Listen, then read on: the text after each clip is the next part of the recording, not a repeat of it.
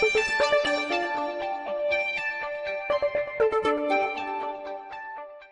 hi, and welcome to Political Quickie, your political show that subjectively discusses current affairs in South Africa and all around the world. My name is Mapasika Mura, and yes, we are celebrating Mama Winnie today with our drug situation. Yes, halala Mama, we honor you. We honor you. You are resting in power, and we know that. Getting straight into our news, Mama Esther Mahlangu has been bestowed with an honorary doctorate from the University of Johannesburg. Halala, black excellence, power to the women. Halala. So she has built an international career as an Ndebele painter. Yes. She shot to international prominence in 1989, where her work was exhibited at the Magicians of the World's European Art Exposition. And ever since then, she's been on fire internationally, that is. So she's been representing us on a grand scale. And so, Dr. Esther Mahlangu, we celebrate you for your doctorate. Halala, mama, halala. Moving on to other news, however, today we honor Dr. Chris Hani. It is the anniversary of his death. On this day, in 1993, he was murdered by a Polish immigrant who claimed to be acting on the orders of a Conservative Party member. So, it's bittersweet because these people died for our freedom, for our liberation.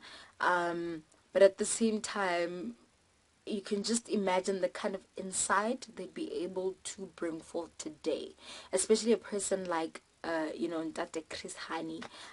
When he came out of exile, he said that he did not believe that F.W. de Klerk and his people had actually changed. And he had reservations in terms of the negotiations between, the ANC and the government at the time. When the armed struggle came to an end, he was gutted because I think that, to some extent he believed that actually it was better to gain our freedom through the armed struggle than to, I guess, compromise through institutions. So I just think that it's one of those days where you remember that it was not only Nelson Mandela who, today happens to be the face of our democracy, but he's not the only person who fought. These people like, Chris Hani and Robert Sobukwe and Steve Biko, who are considered radical. Those are the people that we need to go and research ourselves, and we need to read about ourselves, because their legacy in mainstream media and in our history books at school seems to be diminishing or inadequate for the sake of knowledge and education. So, very interesting human being. He actually foresaw that the liberators would emerge as an elite driving Mercedes-Benz. So very interesting, insight. So we know that he's resting in power. And hopefully we continue to learn and commemorate those people who are not exactly, the Nelson Mandelas, but who contributed to a struggle just as much or even more than he did. Something that bothers me is the 21st of March, the Sharpeville massacre, how, it's always celebrated as, the Human Rights Day. And I was actually taken aback this year when David Mabuza actually, and a group of people were actually celebrating and citing Nelson Mandela on that day. And I'm like, but it was the PAC that protested to that police station in Sharpeville. The ANC had nothing to do with it. So I feel like it's our responsibility to know what's really in our history. Hey, it's our responsibility to really know what the truth is. So let's continue to learn about the people who fought for our rights, especially the ones who seem to be in the background. Moving on to international news, however, Donald Trump's lawyer Michael Cohen, his offices and his hotel room have been raided by the FBI. He's allegedly being investigated for fraud. So documents were taken, including those that link him to a payment he allegedly made to Stormy Daniels to keep quiet about the alleged affair she had with Donald Trump. And of course, Donald Trump is, saying, nah! No such thing happened, No such thing happened.